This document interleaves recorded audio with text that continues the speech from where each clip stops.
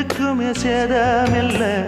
கோயில் கதவடைச்சா சாமி தூங்க போறதில்ல. கோடி பணம் இருந்தும் நெஞ்சுக்குள்ள இன்பமில்ல.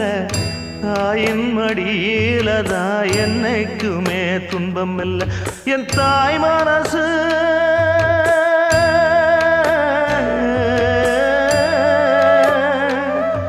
என் தாய் மனசு வெள்ள, அதில் நான் மலர்ந்த முல்ல.